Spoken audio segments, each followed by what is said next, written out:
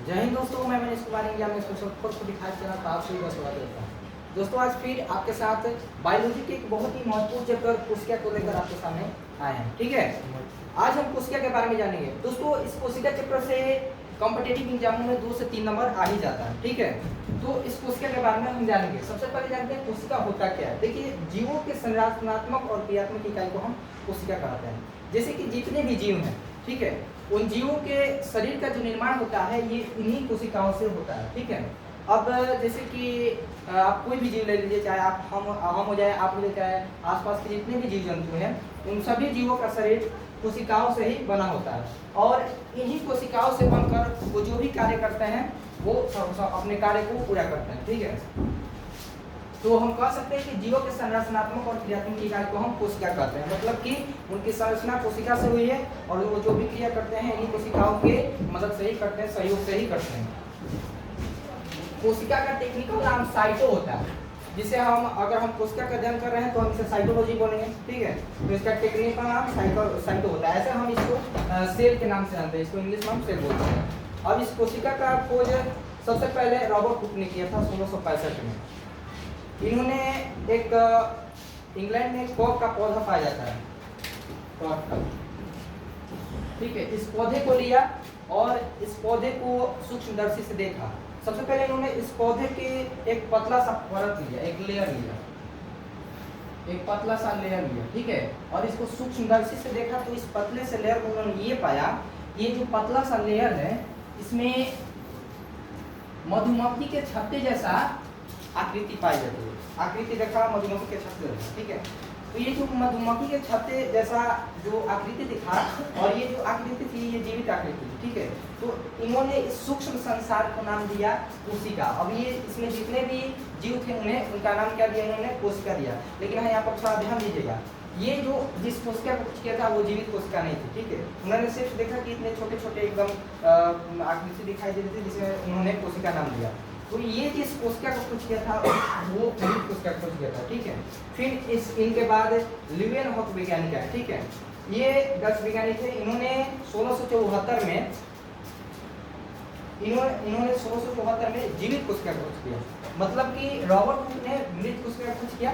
ठीक है, और उसके बाद जो ल्यूवेनहॉक है इन्होंने 1665 में जीवित कोशिका को खोज किया।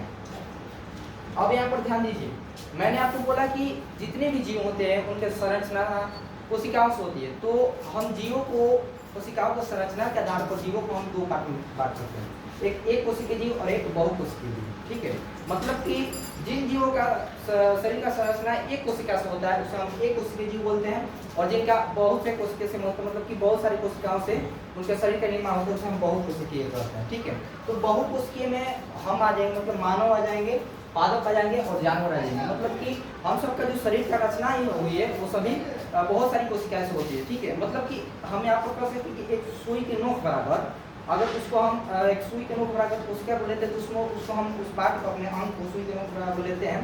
तो अगर हम उसे सूक्ष्मदर्शी से देखेंगे तो उसमें हजारों लाखों के संख्या में कोशिकाएं दिखेगी। ठीक है, तो हमारा जो शरीर का निर्माण होता है मानव, पादप या जो भी बड़े बड़े जीव देख रहे हैं, ठीक है, उन सभी जीवों की संरचना बहुत सारी कोशिकाओं से हुई होती है, अतः हम उन्हें बहुकोशिकीय जीव कह सकते हैं। ठीक है, तो इनमें मानव, पादप आ जाएंगे और एक कोशिकीय जीव में अमीबा आ जाएगा। अमीबा, ईस्ट, जीवाणु, पैरामीशियम, यूरेनिया। मतलब कि आप जितने भी ये नाम देख रहे हैं, नाम सुन रहे हैं, इन जो भी ये जीव हैं, इन जीवों का जो शरीर का निर्माण हुआ है वो एक कोशिका से हुआ है। ठीक है, तो अतः हम इन्हें एक कोशिका कहते हैं। मतलब कि अगर बहुत सारी कोशिकाओं से जिनका शरीर बना होता है तो हम बहुकोशिका कहेंगे, और जिनका एक कोशिका से बना होता है तो हम एक कोशिकीय जीव कहेंगे। ठीक है, तो एक कोशिकीय जीव अमीबा, ईस्ट, जीवाणु, पैरामीशियम और यूरेनिया होता है। और ये बहुत ही महत्वपूर्ण नाम है, इनसे ही नंबर उठता है, कोशिका में इनसे ही नंबर उठता है कि अमीबा एक कोशिकीय है या बहुकोशिकीय है, ईस्ट एक कोशिकीय है कि बहुकोशिकीय है। तो आप इन नाम को ध्यान रखिएगा।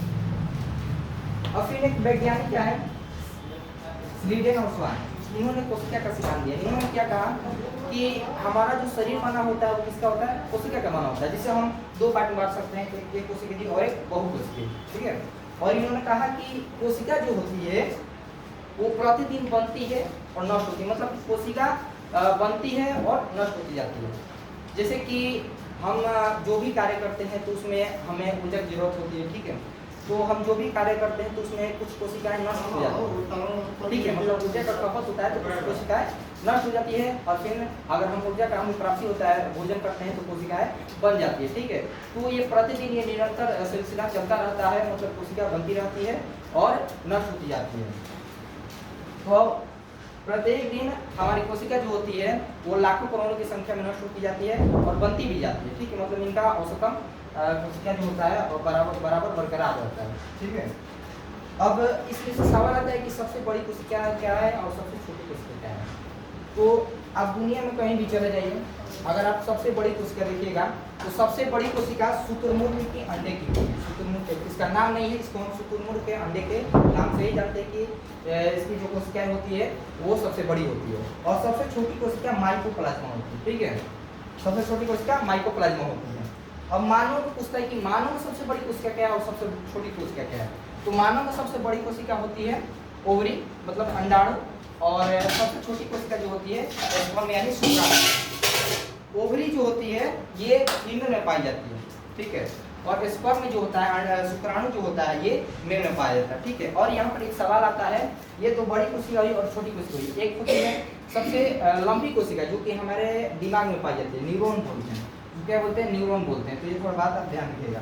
तो ये सारी कोशिकाएं के जो भी सवाल आते हैं इनसे आते हैं। फिर आपके लिए मैं एक और वीडियो बना दूंगा जिसके अंदर हम इसके पार्ट के बारे में हम जानेंगे। तब तक के लिए धन्यवाद।